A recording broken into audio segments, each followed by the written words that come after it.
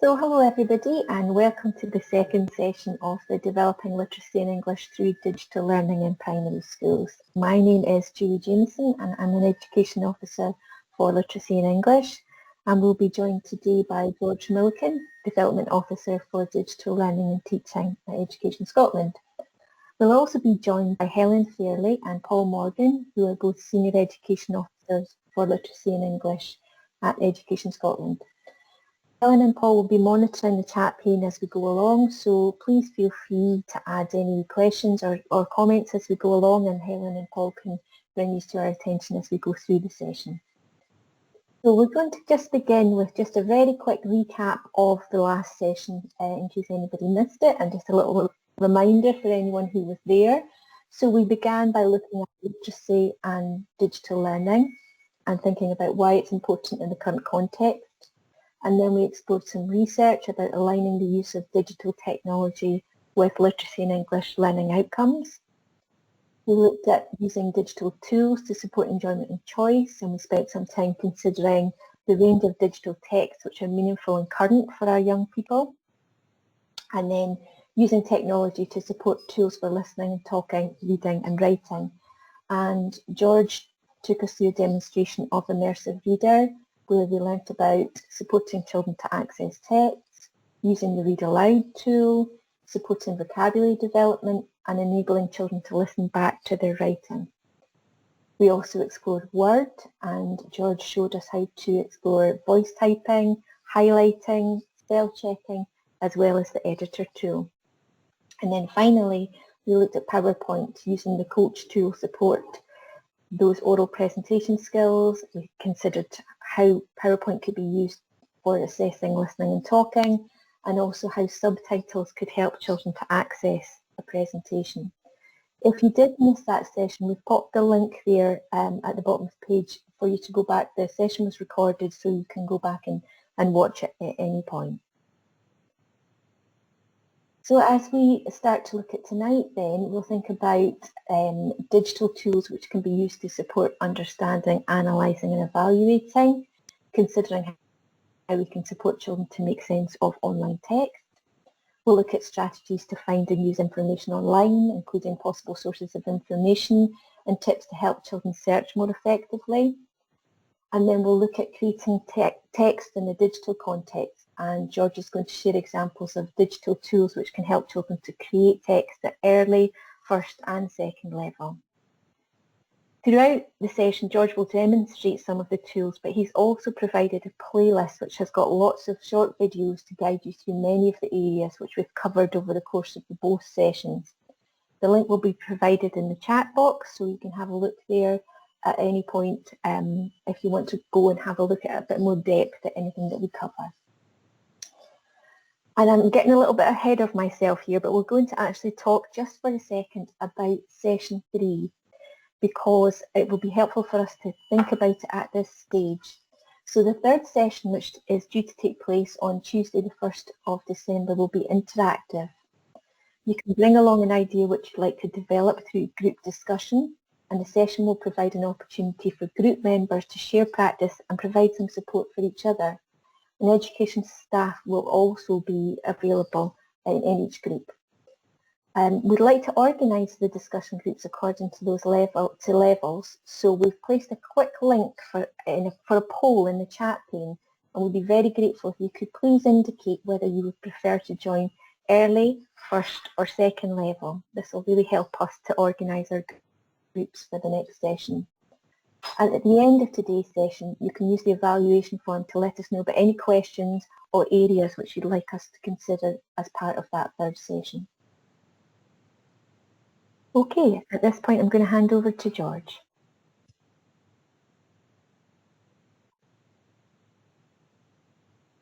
Webinar, and certainly there's a webinar I delivered last week, and I think some of the feedback again is suggesting that there are lots of ideas through the webinars, and it can be perhaps daunting to try and implement all of them, and that's not at all what we're suggesting. So just again a wee reminder to pick a strand and just to think about one of the ideas perhaps to start with that we're maybe exploring. Think about what is it I'm actually trying to accomplish with this idea, How am I going to measure a change? How am I going to know that that change has been an improvement in the child's learning? And then again, thinking about how you take that forward, how do you implement that in your classroom? So last week, for example, we looked at Immersive Reader, which reads the text on the screen. So that obviously looks like a useful tool, but having that we think about how is it going to support my learners in my class for that particular activity. And again, once you've done that, having a think about the impact and seeing how you can use that to take it forward. Again, I'm aware that it might be a consideration around the class volume or the noise in the background. So again, having to think about the strategies to use those. And again, we are suggesting ideas that can support, but again, just have a think about how you implement it in your own. And again, perhaps pick one, test it, improve it, and then perhaps use it more regularly before thinking about using any of the other ideas. So key is not to overload yourself. So in this session we're going to go through and have a look at understanding, analysing and evaluating texts, also finding and organising and using information, and whether that's in reading or creating texts for writing. And again, we're going to have a look at creating texts as well, and some of the tools. And I guess that the part I would like to put is, again, just that reminder as we go forward with these ideas that even with my own practice in digital learning and teaching, I still always start with the moderation cycle and the needs of the learner at the beginning, and I think about what is it I'm trying to teach them, how am I going to assess that they've made the progress, before I even think about any of the digital tools that I'm using. So it's always about those E's and O's, think about your learning intentions, your success criteria, and what it is you need those learners to be able to do, and how you're going to check that they know how to do that, how they demonstrate it, with your assessment, and that's at the stage that I would then consider the tools I'm going to use, whether it's a particular type of text, if it's digital, if it's a physical copy of something. So I always think about my learning and teaching, my assessment, and then that's when I start to consider those digital.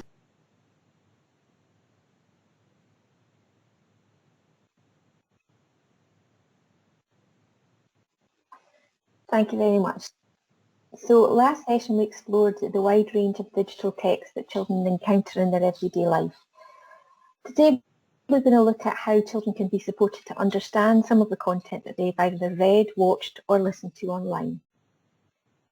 So this quote from the National Literacy Trust research recognises how children can engage differently with text online, tending to browse and scan rather than consider and reflect. Due to recent circumstances, children have been much more likely to listen, watch and read information online than ever before. The report goes on to explain that some researchers promote a balance between a technology-based approach and deep reading. Some researchers also think that we should be looking to redefine literacy for the digital age, and that developing the ability to learn from online text should be a high priority. Alex quickly has put together a short video around reading on screen, and it's a really interesting watch. It's very short, only about 10 minutes or so. The link is there on the page if you would like to have a look at it. We've just got a little summary of it here. So he recognises very much some of the challenges related to reading on screen, and has got 3 suggestions on ways in which we can support and model strategic reading for children. So he talks about slow scrolling, where you show them how we can skim a text, then scan for keywords or information, and promote the habits of rereading so that they can check back regularly. Then he talks about click and collect. One of the benefits of reading online is the hyperlinks and the embedded text that are readily available. However, he goes on to say that this can be a distraction if we're not showing children how to do this well. We should model how to access and read related texts and help children to find that supporting evidence. And finally, he talks about stop and summarise, and how we need to help children to engage and think harder about what they're reading on screen by summarising and making notes about what they've read.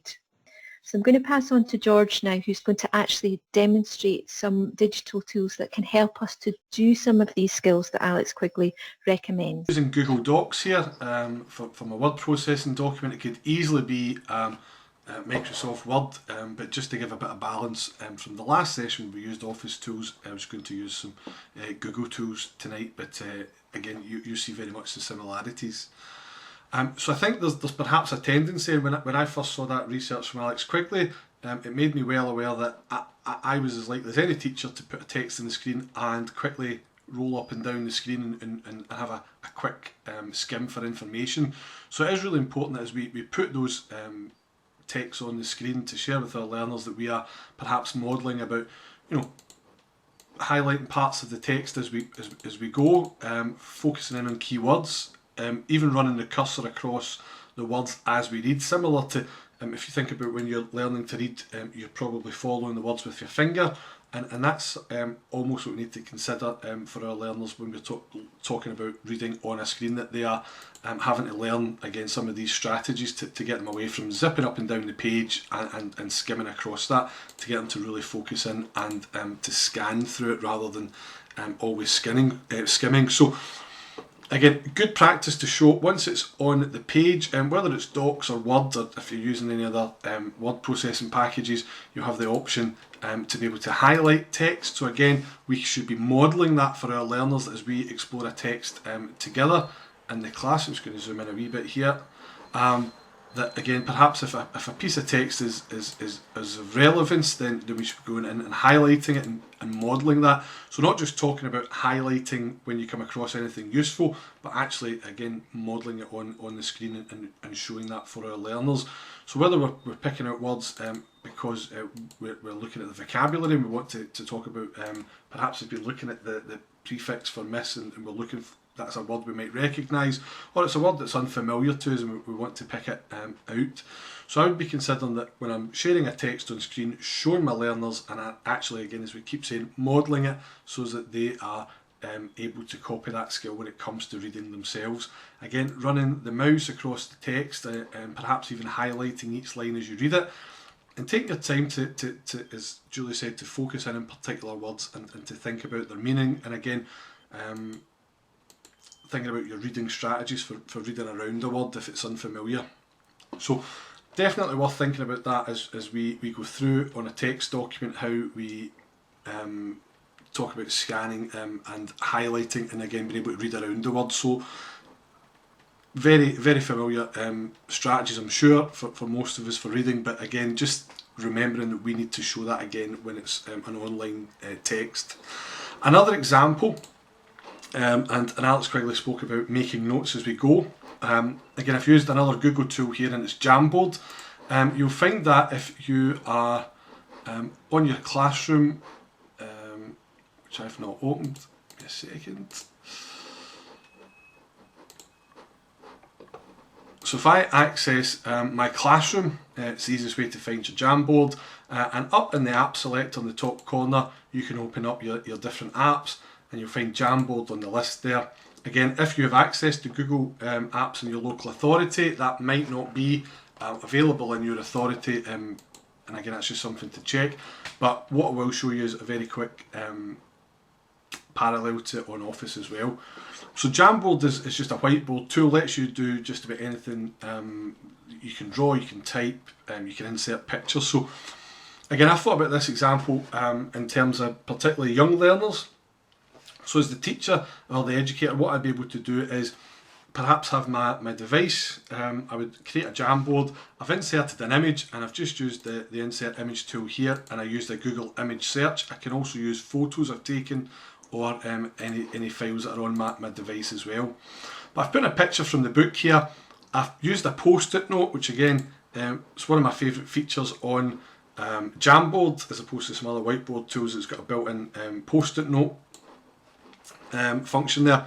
So I've asked that question for the learners. Again, if I'm working perhaps with early level learners that maybe not reading that, and I'm reading it out to them, so I'm asking them why the Wild Things were upset with Max for leaving and why they thought that was. Now what I can then do is I've started this off by adding a post-it note for each learner I'm going to speak to. So when I've spoken to George, I've typed down his thoughts. So again, a bit like a floor book they might use in a nursery, but rather than having to write everything and then again fitting that into the page, and again the beauties of editing, that if I have to move that, I can simply drag and drop it. If I was hoping to speak to Paul, but I've not managed to assess that, learning with him, have that discussion, I can delete it, So again, I can change things as I go, which I can't necessarily do with paper. So really useful tool there to take notes from your learners. Again, one of the ones that Julie shared with me is that it's quite common with particularly younger learners to perhaps let them draw a response. So in Jamboard, again, if you've got a touchscreen device, any kind of mobile device, such as an iPad, or I've got a touchscreen laptop here, again, I'm able, so I could show that my response as well was that I was sad when Max left in the story. And again, I'm sure your learners will come up with far better drawings than I have there, but I think to be able to capture their responses in different ways. For perhaps older learners, more confident learners, I just thought about the same kind of idea that we're going to perhaps make notes around this book here. My learners could do that by inserting text. So if there's anything about themes, they could write sadness, loneliness, anything else that they think there might be in the story. They could simply type those here. But we can share a Jamboard, and you could collaborate on that with a group. So a group of learners could be accessing one Jamboard, and where I think it's particularly useful is using the sticky notes. So if they have anything that's about events, I've colour coded on the screen already that I want yellow post-its for events. So as they make notes, whether it's for themselves or collaborating, that could be really useful. So Max is sent to his room,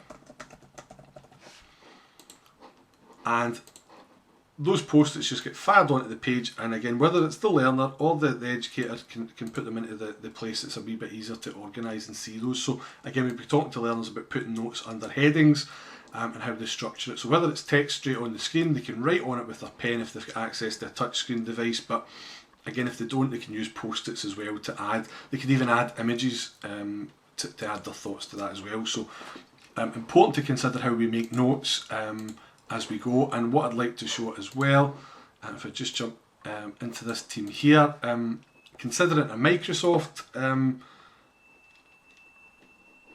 example, and I've done the exact same thing with Microsoft OneNote. So I've got an image here, I've added a question in text. Learners can write on it with a text box, so they can open up a text box and they can type a response. They can draw on the screen if they've got a touch screen again, but one of the advantages perhaps over OneNote is that I can add an audio recording. I was also very sad when Max left, and perhaps it was a bit like when someone leaves the class to go to a different school. That's something I could relate to, and I can record my voice on that. So again, for learners that need that, whether it's an age or require additional support with making notes on their screen, they could use the audio recording as well as the text or the typing. So a few different options there to support you making notes.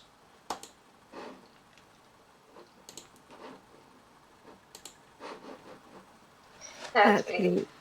Thank you, George. So we're going to have a look at reading comprehension a bit more specifically now. And this article by Catherine Ferguson looks specifically at how we need to adapt our approach to reading comprehension for online learning. She explains that reading is an act of constructing meaning, so whenever we give children materials to read, we need to provide them with the necessary tools to understand those texts. Distance learning requires us to provide those tools in new ways so that we support children as they become increasingly independent.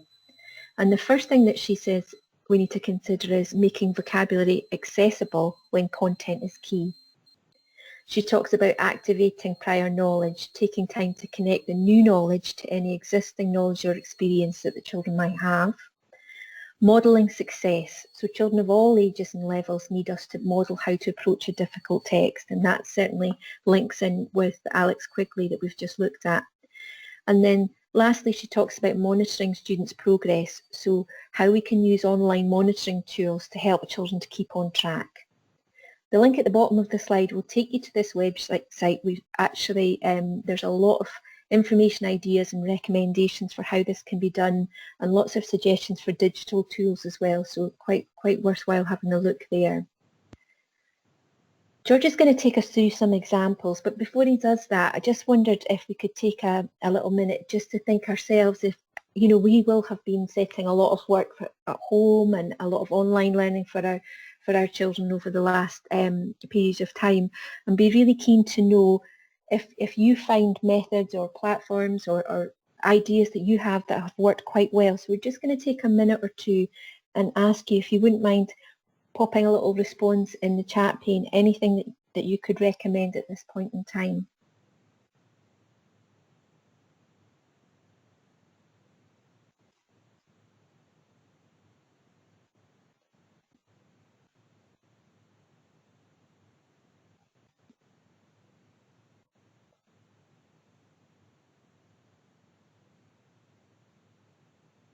Any suggestions?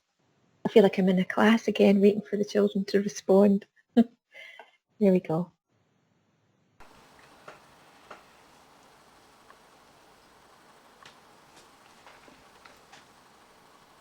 So that's a couple of responses coming in now. Mrs. Anderson said there about using TED-Ed, BBC Teach, BBC School Radio. Mrs. Jessma saying about reading it aloud to them. Mrs. McDonald suggesting BBC Newsround for appropriate and accurate information.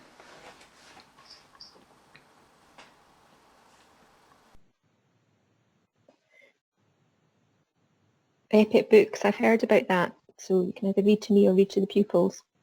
Highlight keywords and discuss them, somebody suggested. Epic Books again. Global Storybooks for EL learners. Oxford Owls. So lots and lots of suggestions there. So if at a later point you want to actually consider some of these for yourself, then it might be quite useful to come back and check the chat there. Pearson's Book Club books as well. Lots and lots of great suggestions. Thank you very much.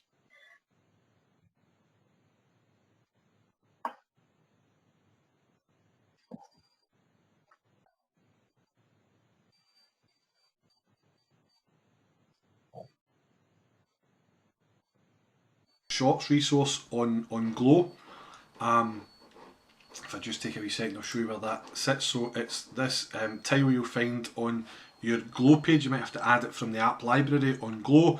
But Screen and Shot's got a series of short films, lots of animations in there, and its sister site as well, Scotland on Screen, which has got non-fiction films as well, so lots of archive footage there, and quite a lot of that as well relevant to different areas in Scotland, which can be quite nice. I remember there's a video on there about Largs. I think it's about the carnival by the seaside, so quite good to get something if that's relevant to your local area as well.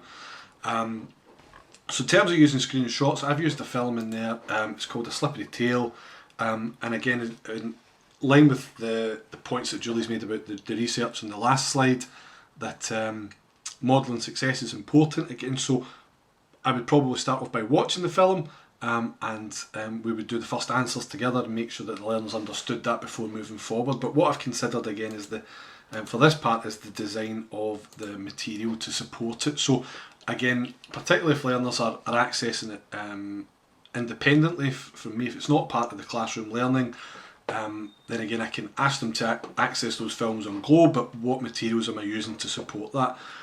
This can be done with absolutely anything. As I say, it's the learning and teaching that's coming first, but for my own preference I've used a PowerPoint for this, and what I've put a link into the film, so everything they need to access that learning is in this one resource, so they don't have to go and find things.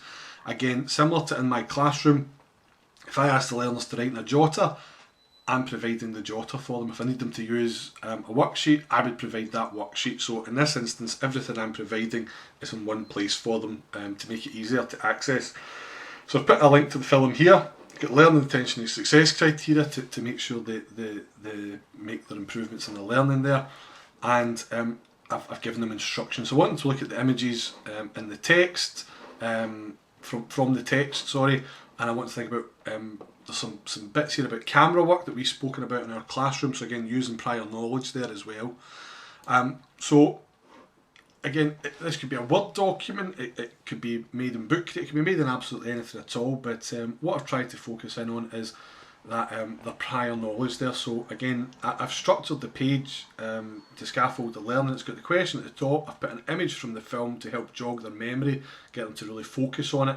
And again, if you, I think we spoke about it in the last one on our the last webinar, on our DigiLearn Scott site there's some information there about dual coding and considering that in your design. So when I want them to answer a question about this part of the film, rather than asking my younger learners to try and remember that part that happened, I'm giving them a still shot from the film, so we can focus in on that. So the question's very directly linked to the image there. I've put in a section for the learners to answer, and again, this could be bullet points, we could stick to note making here, and I just want them to put in some answers. I'm not worried about sentences, for example, here in the answers. I just need them to show their understanding of this with some examples. And I've put in as well for the learners that perhaps need it, just a wee reminder about some of the prior knowledge they could use. You know, the kind of heart motif, where they always see this heart shape. What would they expect to see when they see hearts? Is there something about the look in the frog's face? Does this look familiar? Do we see this in other media? And again, if my learners don't need that, then it's easy enough to delete it. So I always go from the position of putting in as many supports and scaffolds as possible in my materials, so that it's easy to adapt it, to take things away, than it is to have to take the time to add it in for other learners. Again, using their prior knowledge, we're speaking about what the camera angle makes them think of in this scene. Why do they think the director has put the camera at this position? It's one of the reasons I really like using films for texts, is there's so much prior knowledge in our learners there. They access so many films for stories and for non-fiction as well, considering things like streaming TV and YouTube. So they access loads and loads of films, got a wealth of knowledge there, and I'm always, well, first I was surprised, but I was less and less surprised at how able they were to use that prior knowledge to support their understanding and to make inferences as well in their text for their comprehension. So again, we spoke about this in our class about camera work and the different angles. There's some great resources from Film Education for Scotland in there, so we'll share some links to that later on. But again, lots of resources around about the learning of the camera angles and what that tells us in the story. So again, I've got a wee prompt there for my learners. Again, that Edutopia research piece talks about how we support learners to develop their vocabulary. So again, very similarly, but we've spoken a little bit about how the camera makes the stock look in this scene, and then I've provided some examples of how we could describe the stock's appearance because of the camera work. Again, good old-fashioned, get my learners to use dictionary skills there perhaps. They might have to go away and get a dictionary to find out what menacing means and consider, does that represent the stock in this image? So again, we can still be doing the vocabulary work, but it's all contained in this one document for my learners to access. So it's got everything they need to for the question, a part of the text to jog their memory and keep them thinking. And again, I've put in a wee support here, and there's a space for them to answer. So everything in this has been designed for them to find this easy to access. So whether it was a reading book, a newspaper article, a web link, or a video, the material I've created still does all those different parts that we spoke about. Also, what's great with this is that my learners are able to share it. So if they're doing this on Teams, if I ask them to create it as an assignment, I can go in and view each learner's copy as they go through it. Again, they could share it even with a peer as well and do a bit of peer collaboration on it. So I can share that link with my someone else in my class to perhaps collaborate on answering some of these sorts of questions, or as the educator, I'm able to go into that PowerPoint that they're creating at any point and see where they're getting to. So if I go in and check on Julie's learning and she's only part way through when I think she's maybe a wee bit further on, I'm able to go in and see if she needs any support with that and focus any feedback with that. So really, really handy to be able to collaborate in that way. And again, just another example text very quickly. It's one of these ones I feel we could go on and on about the different examples. So in that example there, I can see someone asking the question. I would create that and put that into a team for the class so they'd be able to access it, or I would probably more likely attach it to an assignment. So I'd create an assignment in Teams and I would attach this resource. So each learner would have their own copy, just like their own workbook, and they can go in and simply they choose that box with the answer here and they can add their answers into that. Hope that answers that question that popped up in the chat. With Google Earth, I just want to show a very quick example of an alternative text. I say I really enjoyed using film, but I think Google Earth is a great resource as well. in terms of text. Just wonder if it's finishing loading. And again, one of the advantages I think of Google Earth is with 3D images that you can interact with on a map, you can take the learners to the place. It's going to take a wee second to load. So again, rather than looking at a book about the Colosseum, or even watching a video, if I'm watching a video about the Colosseum, what's great is with the Street View tool, if I turn that on, I can drop the Street View, the wee yellow man in there. And again, rather than where I could show a video, a BBC bite size about the Colosseum, I could look at a book. But the beauty with Google Earth is I'm able to go there. I can be in that place, in that space. And I could ask literal questions about it, or I could even ask really good evaluative questions about how do you think a gladiator would feel standing in this place back in ancient times, or does it remind you of any other sort of sporting arena? Is there any similarities you could see to perhaps a football or a rugby stadium? So I think to be able to go in and access a location on a map like that, and there's loads you can do. The pyramids, all different sites across the world, but to be able to engage learners and let them make those connections with the text, I think it's another alternative to consider. I think that took just a wee second longer, so I'm going to skip on very. Lots of great tips there. So we're going to move on now to look at considering how we can help children to think critically about some of the text that they might access online. So as George moves on the presentation, there'll be a quote from the Curriculum for Excellence Literacy in English Principles and Practice Guidance, and it emphasises the importance of critical literacy skills. This is particularly important as children more independently access a wide range of sources online. They need to be able to work out what trust they should place on information and identify when and how people are trying to persuade or influence them. So we couldn't really talk about online text without touching on critical literacy and emphasising the importance of encouraging children to really reflect on where that text is coming from, what perspective it's written from. But we don't have a lot of a chance to go into that in any depth today. So what I've done instead is just pop together some really good links there for you to consider. So BBC Bite Size have got a whole suite of activities based around fact or fake. There's also some digital media literacy tutorials that are very good for older children. The National Literacy Trust has got some links there that are great for parents, helping your child understand the news. There's a little video in Newsround, and YouTube have got a little link there as well that looks at this too. So if that's something that you'd like to look at a bit more with your children, then there's lots of good suggestions there of where you can go to find that. Yes, and around that, the figures I've pulled out here have actually come from the Adults Media Use Report for 2020 from Ofcom. And if you just take a moment to consider some of those figures there, whether those shock you or that's entirely what you would expect. But what I would ask is the Children's Media Report has been a bit different this year because of the impact of COVID. So Ofcom have produced a very different Children's Media Report for this year. But I would ask you to consider if that's what adults' media use and their perceptions of online facts and figures are, is what is children? What would you expect children's understanding of things that they consider online?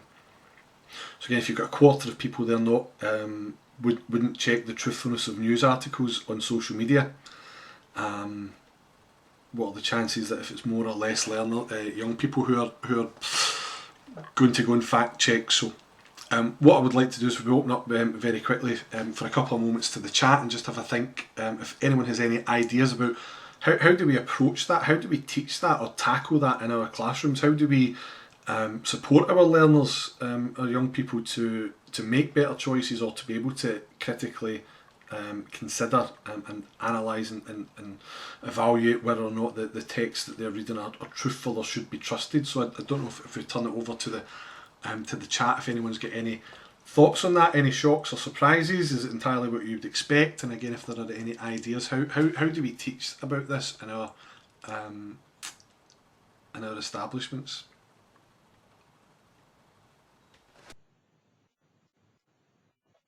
Okay, so now we're going to move on to consider some possible sources of information for children and some tips to help them to search more effectively. So why is it important for children to have strategies to find and use information online? This quote from the National Literacy Trust stresses the importance of the ability to search and navigate, but it also touches on that critical literacy that we've talked about as well. It's interesting that searching, processing and managing information responsibly is an organiser within the technologies curriculum, so there's a real overlap here between digital learning and literacy in English.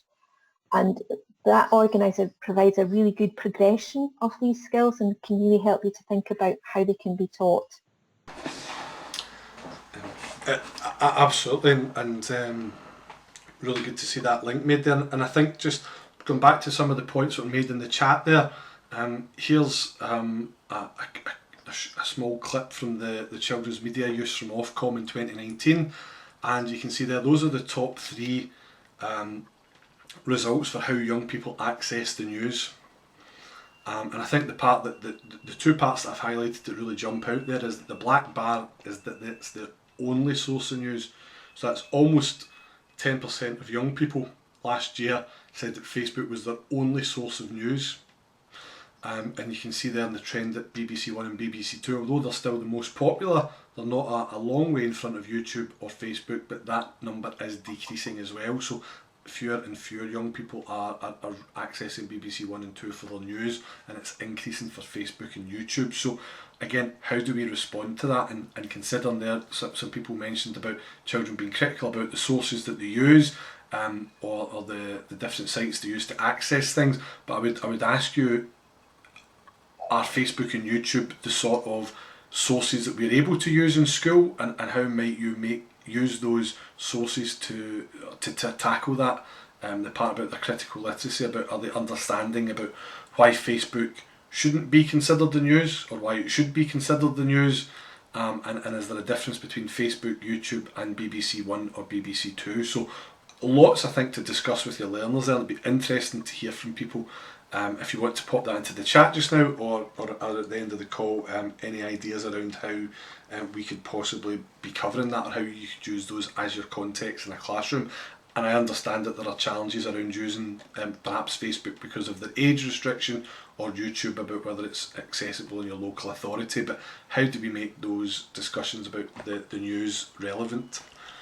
And Julie mentioned about the searching skills through the technologies, experience and outcomes, and if you have used this document before, again, I'd love to hear how you've made use of it. If you've not seen it before, what digital learning might look like. The Digital Learning and Teaching team published that in January this year, and it is covering early through to second level at the moment, but by each experience and outcome in the digital literacy and computing science areas and the technologies, there's just loads of examples for all of those different ones, and it's right through the curriculum. So the examples for using in your literacy and English learning as well, social subjects and other areas. So try to give examples of how to use that, and there are some examples in there about how to teach your learners different searching skills, so advanced search and specific phrases, etc.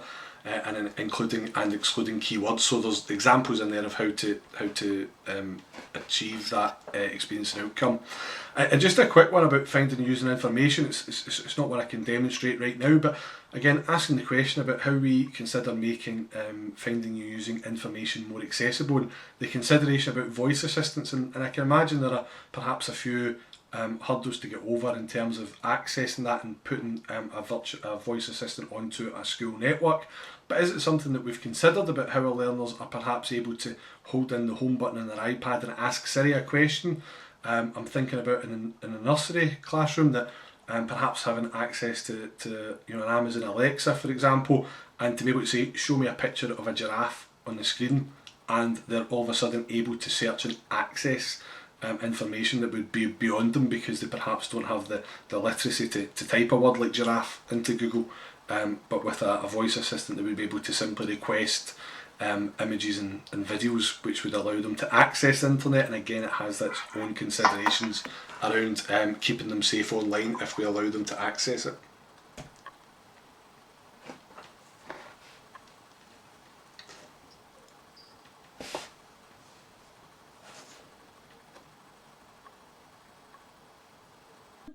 So as we move on to the last part of the session, George is going to give some examples of how digital tools can be shared to allow children to show their ideas, experiences, opinions and information. And the examples that George has provided will range from early right up to second level.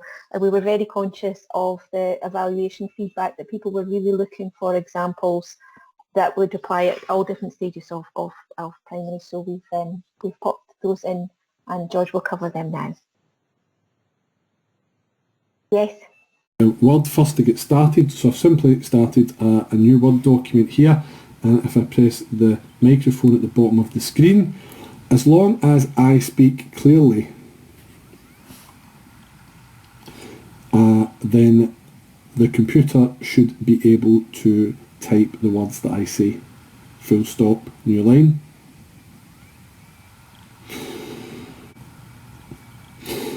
The big dog chased the ball at the park.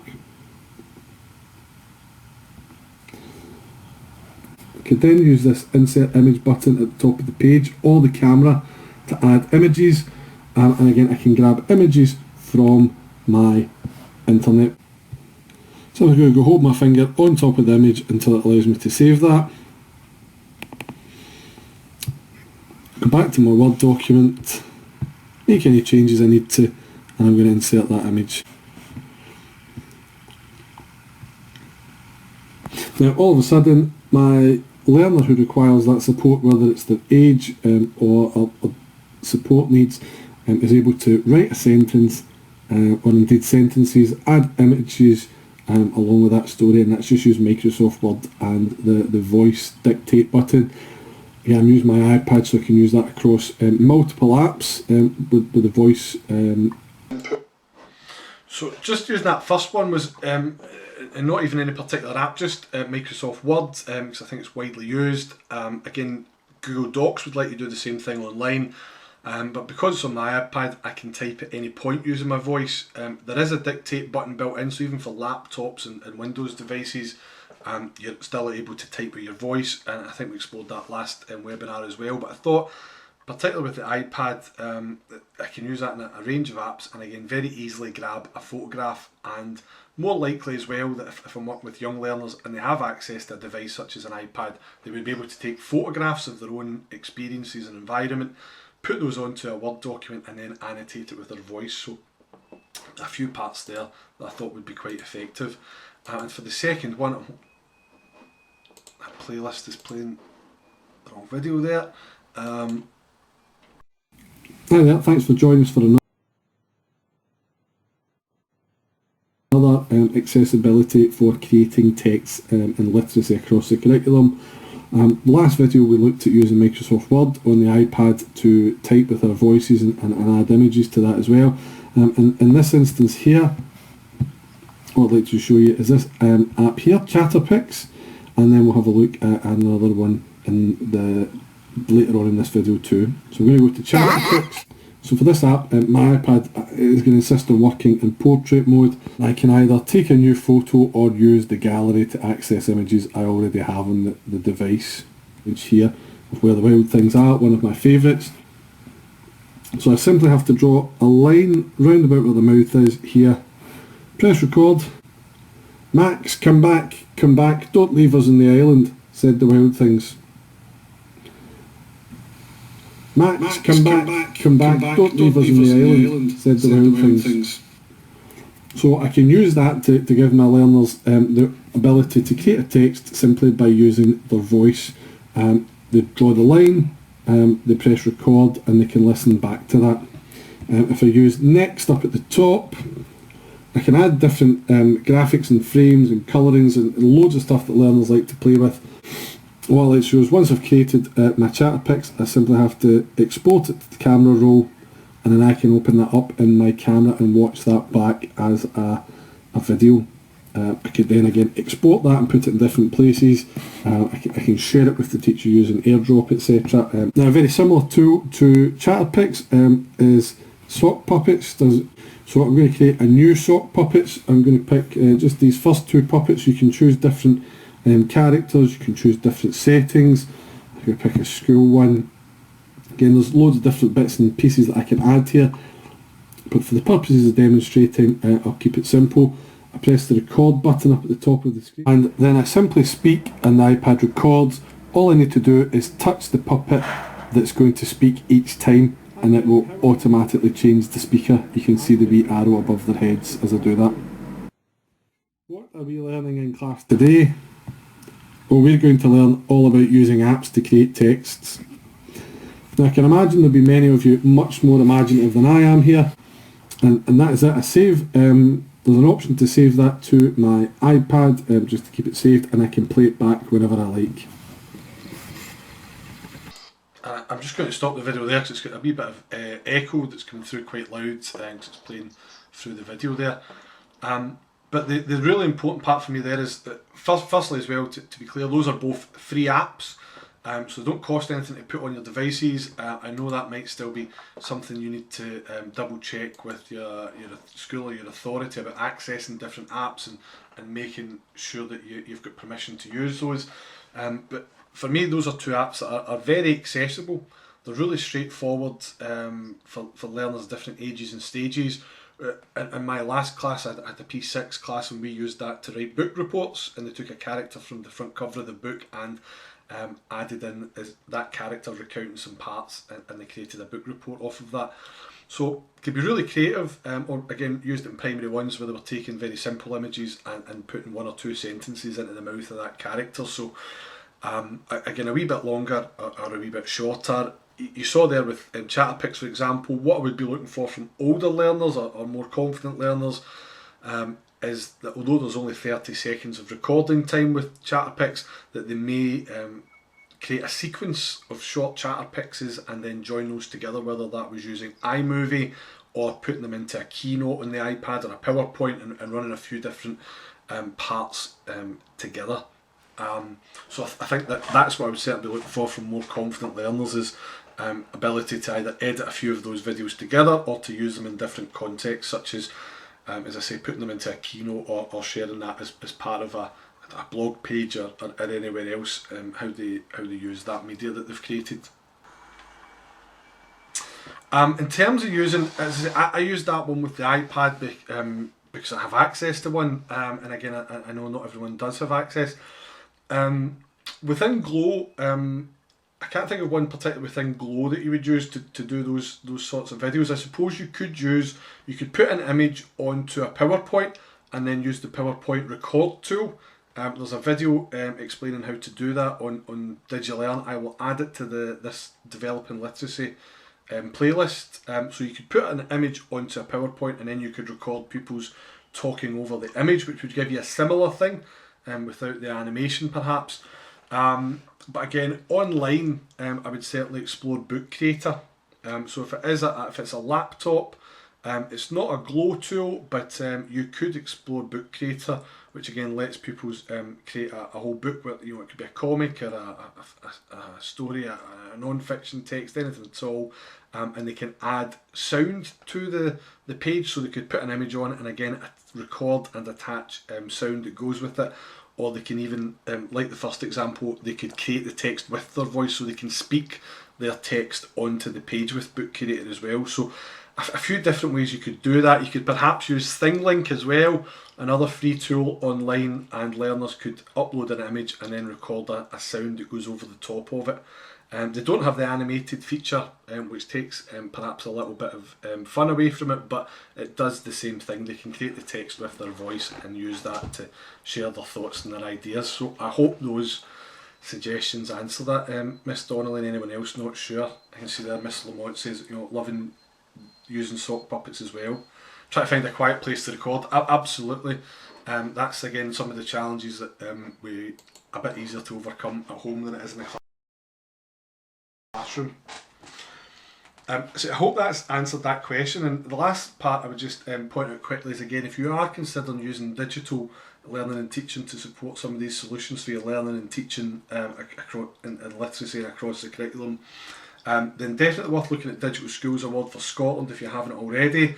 Get in touch at Digital Learning Scot if you require any support about that from the Digital Learning Teaching team. But if you are using digital solutions to support and develop your learners' experiences, then Digital Schools Award for Scotland definitely worth looking at. Framework will support you make improvements, and again, once you're at that required level, you get that recognition, which if you're there, you absolutely deserve to get that recognition. So well worth looking at.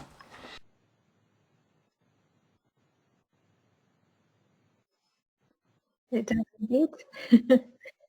So we've popped a link to the evaluation on the slide there, but we'll also put it in the chat pane.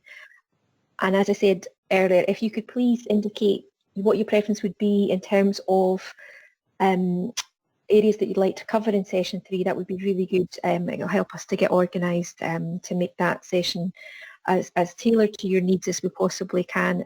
And it's due to take place on Tuesday the 1st of December. And I think that's all I had to remember to tell you, apart from possibly the link to the playlist. It might be quite helpful to pop that in there again as well. Thank you very much, Paul. That was very prompt. I don't know, George, is there anything else? So for those of you who want to stay on and ask any questions, please feel free. And for everybody who needs to get on, and we appreciate you coming and joining with us tonight. I'm sure you've all had a very busy day and ready for another one tomorrow. So thanks very much, and we look forward to seeing you on our next session.